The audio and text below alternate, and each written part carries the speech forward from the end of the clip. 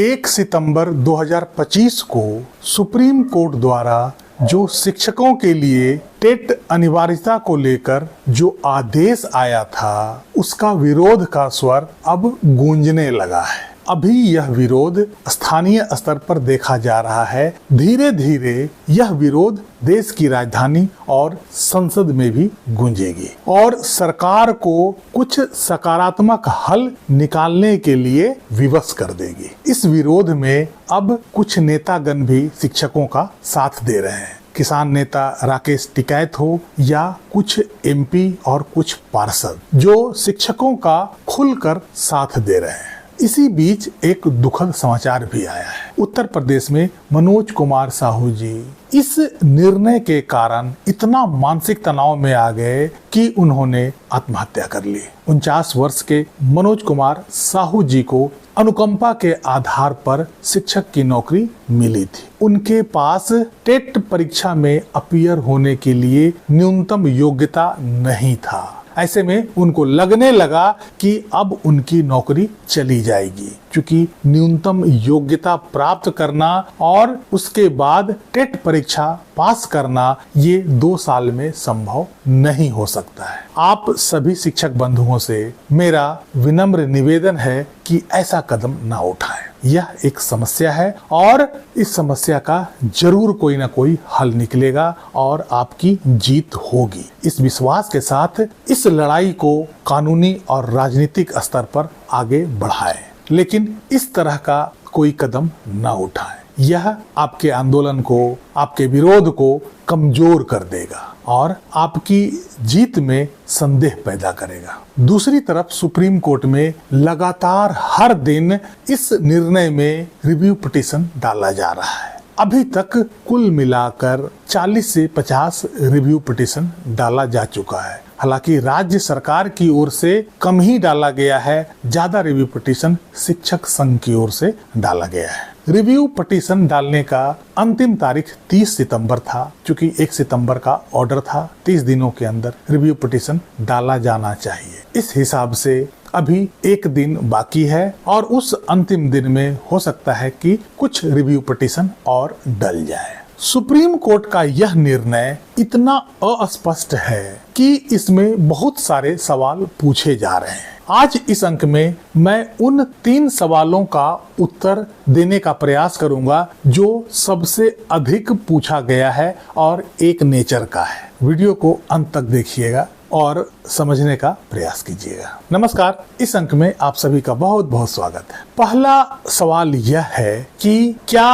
अल्पसंख्यक शिक्षण संस्थानों में पढ़ा रहे शिक्षकों पर भी यह निर्णय लागू होता है? मैं आपको बता दूं कि यह जो सारा फसाद उत्पन्न हुआ है उसका जड़ ही यही है। वो इसी प्रश्न से उठा हुआ सारा विवाद है। यह मामला केवल अल्पसंख्यक शिक्षण संस्थानों के शिक्षकों से जुड़ा हुआ था और पता नहीं यह धीरे धीरे अपना दिशा बदल लिया। अल्पसंख्यक शिक्षण संस्थानों में पढ़ा रहे शिक्षकों पर जो इस पिटीशन में मुख्य सवाल था, मुख्य विषय था, वो तो लार्जर बेंच में रेफर हो गया। उस पर अभी तक कोई निर्देश या आदेश नहीं आया है, लेकिन जो कहीं भी पिक्चर में नहीं था उस पर सुप्रीम कोर्ट ने आदेश सुना दिया। जिस बिंदु पर सुप्रीम कोर्ट ने आदेश सुनाया है वो प्रश्न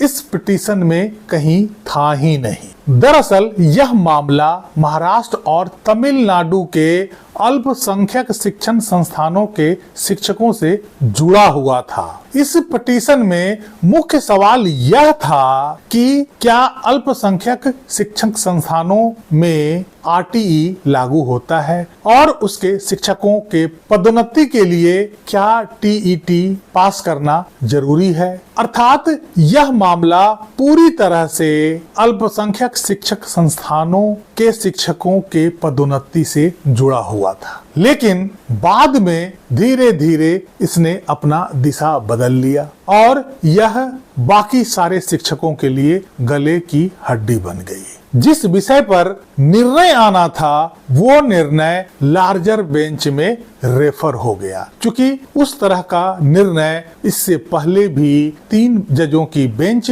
का दिया हुआ था, इसलिए ऐसे मैटर को अब उससे ऊपर के बेंच को ही डिसाइड करना था और वो अभी तक अनडिसाइडेड है। इसलिए यह निर्णय अल्पसंख्यक शिक्षक संस्थानों के शिक्षकों पर अभी लागू नहीं होता है। जब लार्जर बेंच इस विषय को सुनेगा और उस पर निर्णय देगा, उस समय जो उनका निर्णय होगा वही अल्पसंख्यक शिक्षक संस्थानों के शिक्षकों पर लागू होगा। इसलिए अभी अल्पसंख्यक शिक्षक संस्थानों के शिक्षकों पर यह निर्णय लागू नहीं होता है। दूसरा प्रश्न यह है कि क्या यह संविदा पर कार्य कर रहे शिक्षकों पर भी लागू होता है। निर्णय में यह कहीं स्पेसिफिकली नहीं लिखा गया है कि किन शिक्षकों पर लागू होगा और किन पर नहीं, बल्कि उसमें सभी शिक्षकों की बात की गई है, अर्थात इसमें सभी शिक्षक शामिल हैं, चाहे वो संविदा पर काम कर रहे हों या वो रेगुलर टीचर हों। सभी शिक्षकों के ऊपर यह निर्णय लागू होता है। चूंकि इस निर्णय में गुणवत्ता को मुख्य आधार बनाया गया है, इसलिए बच्चों को पढ़ा रहे सभी शिक्षकों पर यह लागू होता है। संविदा के आधार पर जिन शिक्षकों की नियुक्ति हुई है वो भी स्कूल में बच्चों को पढ़ाते हैं और उसमें भी गुणवत्ता की जरूरत है, इसलिए यह सभी शिक्षकों पर समान रूप से लागू होता है। इसमें किसी भी शिक्षक को कोई छूट नहीं दिया गया है। केवल वैसे शिक्षक जिनका सेवा 5 वर्ष से कम रह गया है, वैसे शिक्षकों को इसके लिए छूट मिला हुआ है। लेकिन वैसे शिक्षक यदि वो अपना पदोन्नति चाहते हैं तो उनको टीईटी की परीक्षा पास करनी होगी। अब प्रश्न यह है कि शिक्षा में समान गुणवत्ता को यदि आप मानक रखते हैं और ये सभी शिक्षकों पर लागू करते हैं, तो समान शिक्षा देने वाले वो शिक्षक जिनकी नियुक्ति संविदा के आधार पर की गई है, वो भी भविष्य में रेगुलर शिक्षकों के जैसा वेतन और सुविधाओं की मांग कर सकते हैं। यह उनके अधिकार की बात है कि जब वो समान शिक्षा दे रहे हैं तो उन्हें समान वेतन और सुविधा भी चाहिए, और यदि सरकार ऐसा नहीं करती है तो यह बड़ा अनफेयर होगा। तीसरा प्रश्न यह है कि क्या यह निजी स्कूलों के शिक्षकों पर भी लागू होता है। तो जी हाँ, निजी स्कूलों के शिक्षकों पर भी यह निर्णय लागू होता है। लेकिन चूंकि निजी स्कूलों के मैनेजमेंट में सरकार का हस्तक्षेप कम होता है, सरकार का कंट्रोल कम होता है, इसलिए निजी स्कूलों में इसे प्रभावी ढंग से लागू नहीं किया जा सकता है। निजी स्कूलों में न तो शिक्षकों की भर्ती की कोई प्रक्रिया होती है, न ही उनका कोई रिटायरमेंट एज होता है, न ही उनके वेतन और सुविधाओं का कोई ऐसा आधार होता है, और न ही उनकी कोई उम्र सीमा तय होती है। ऐसे में इस निर्णय को प्राइवेट स्कूलों में लागू करना थोड़ा मुश्किल हो जाता है, लेकिन यह आदेश उन पर भी लागू होता है। देश के सभी शिक्षक में वे शिक्षक भी आते हैं। हालांकि प्रश्न यह उठता है कि यदि कोई निजी स्कूल टीईटी पास किए व्यक्तियों को शिक्षक के रूप में नहीं रखता है और वैसे शिक्षकों को रखता है जिसने टीईटी क्वालिफाई नहीं किया हुआ है, तो वैसे स्कूलों के लिए कोई दंडात्मक प्रक्रिया नहीं बताया गया है।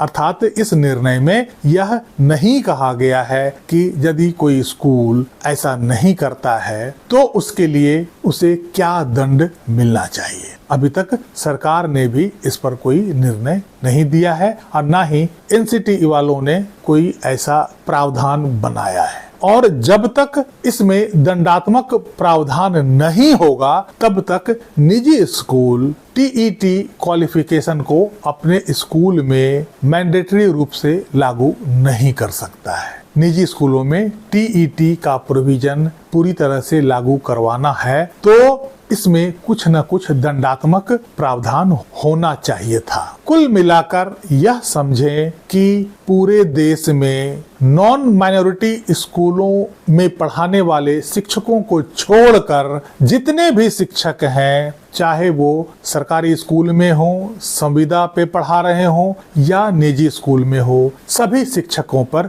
यह लागू होता है। इसमें छूट केवल उन शिक्षकों को दिया गया है जिनकी सेवा अब मात्र 5 साल से कम रह गई है। बावजूद इसके यदि उन शिक्षकों को प्रमोशन चाहिए तो उन्हें भी टेट परीक्षा को पास करना आवश्यक होगा। उम्मीद है तीनों प्रश्नों का जवाब आपको मिल गया होगा। इस अंक में यहीं तक। कैसी लगी जानकारी कमेंट करके जरूर बताइएगा। वीडियो को लाइक कीजिएगा, चैनल को सब्सक्राइब कीजिएगा। मिलते हैं अगले अंक में, तब तक के लिए जय हिंद, वंदे मातरम।